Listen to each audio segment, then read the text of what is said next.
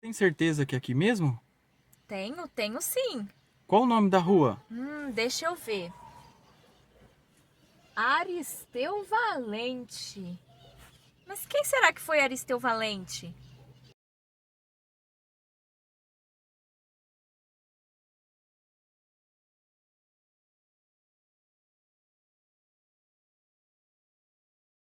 Eis então a pergunta: quem foi Aristeu Valente?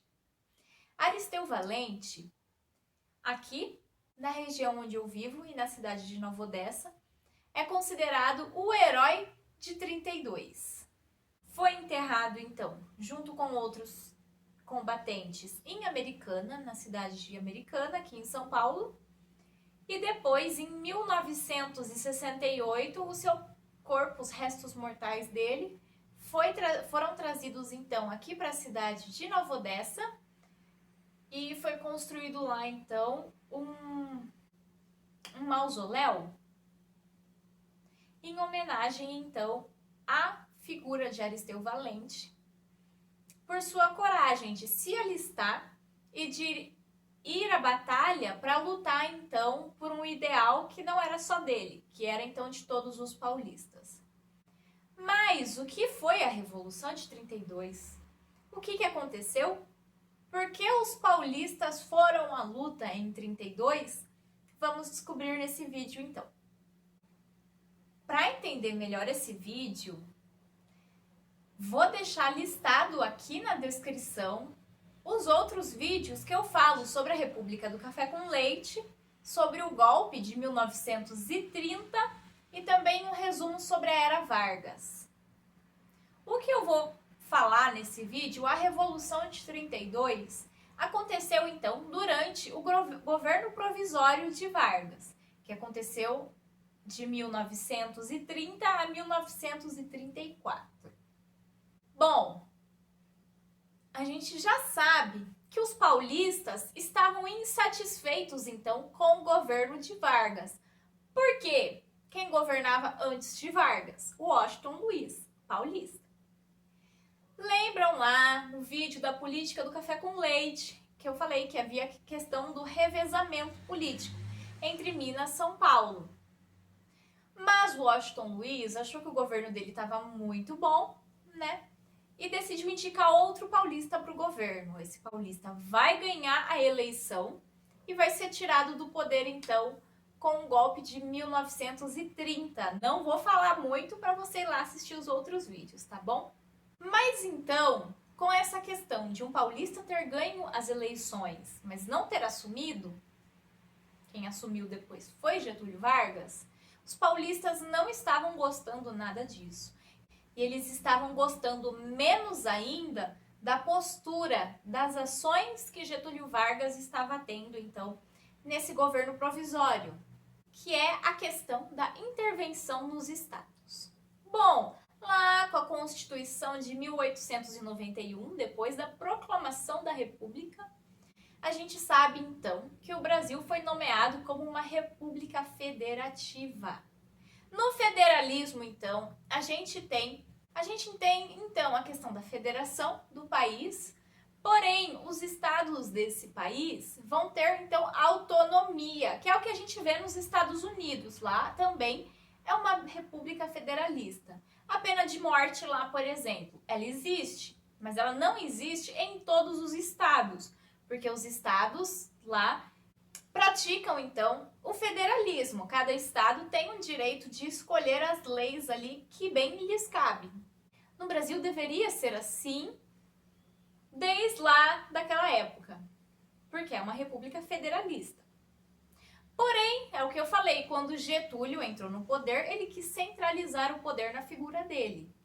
Ele vai então tirar do poder os governadores estaduais que tinham sido eleitos pela política do café com leite e vai nomear então os interventores estaduais, vai nomear outras pessoas para estar governando aquele estado e pessoas que estariam de acordo com a figura de Getúlio, com a política dele e também que estariam apoiando ele.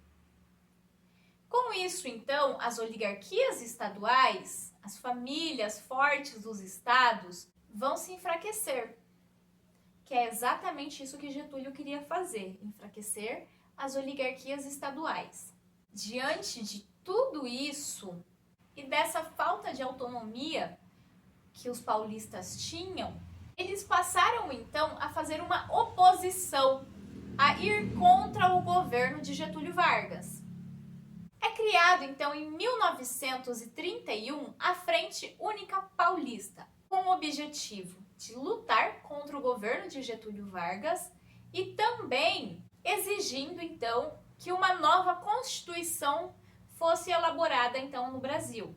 Lembrando que quando Vargas entrou no governo provisório, ele suspendeu a Constituição.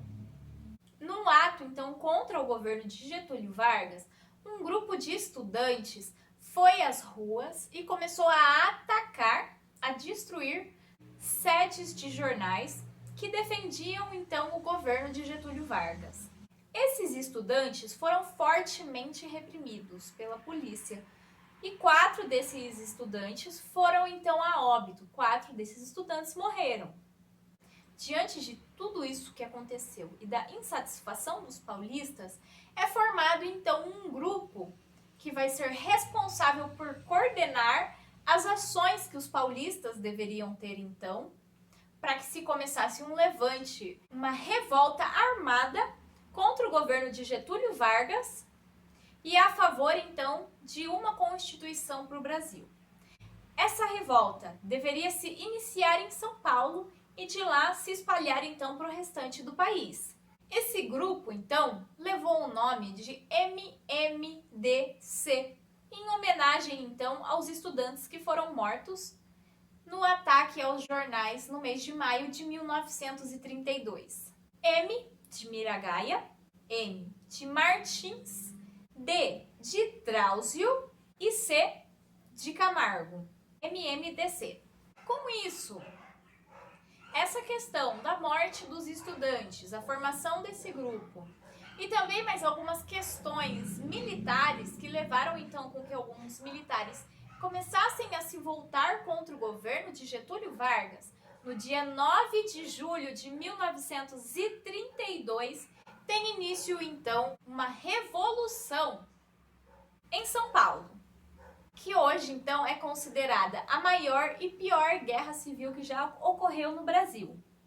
Comandados então pelo general Isidoro Dias Lopes, os paulistas exigiam então o fim do governo provisório de Vargas, ou pelo menos o fim daquelas formas com as quais ele governava, aquele regime praticamente ditatorial. Exigiam também maior autonomia política para os estados e uma nova Constituição. E com essas exigências, rapidamente a população então aderiu à revolução, passou a apoiar essa causa. E milhares de pessoas então se alistaram para participar então dessa revolução. As fábricas também se adaptaram para poder fabricar mais armas. Afinal, lembrem-se que lá no governo provisório, Vargas então tomou a medida de estabelecer que as forças armadas estaduais não poderiam ser mais bem preparadas que o exército. Então, os estados não tinham recursos ou armas suficientes para conseguir fazer uma revolução, uma revolta ou uma guerra nesse nível. São Paulo, infelizmente, não teve, então, um apoio oficial dos demais governos estaduais, como ele esperava que teria, e apesar de diversas tentativas de líderes de outros estados, de que a causa de São Paulo fosse apoiada. Mas diversas pessoas de vários outros estados do país se voluntariaram, então, e vieram para São Paulo lutar também junto com os paulistas. A guerra durou então 3 meses e no dia 2 de outubro de 1932, os paulistas se renderam então já cercados pelas tropas federais. Apesar de terem perdido então a batalha, os paulistas então se sentiram vitoriosos por lutar por uma causa moral, algo que seria benéfico para toda a população, e também acabaram sendo vitoriosos porque diante do tamanho dessa revolução, o governo provisório teve então que se comprometer de que, em algum momento, eles teriam então uma constituição. E posteriormente, então, em 1934, vai ser então feita a nova constituição do país. E também na questão dos interventores, os paulistas conseguiram então o direito de ter um interventor que fosse do agrado deles.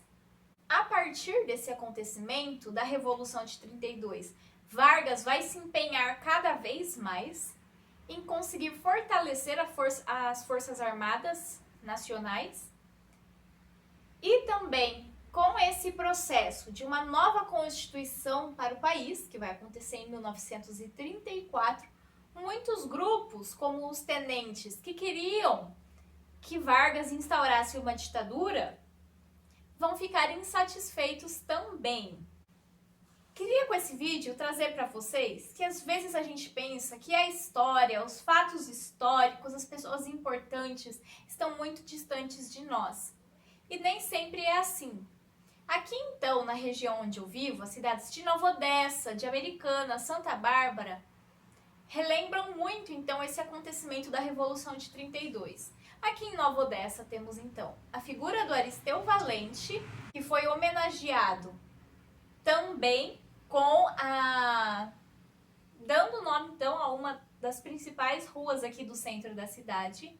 Em Americana é relembrado também a figura de Fernando de Camargo, com certeza você já passou ali na Avenida Fernando de Camargo, e também a figura do George Jones, que também vai ser um dos homenageados aqui na nossa região.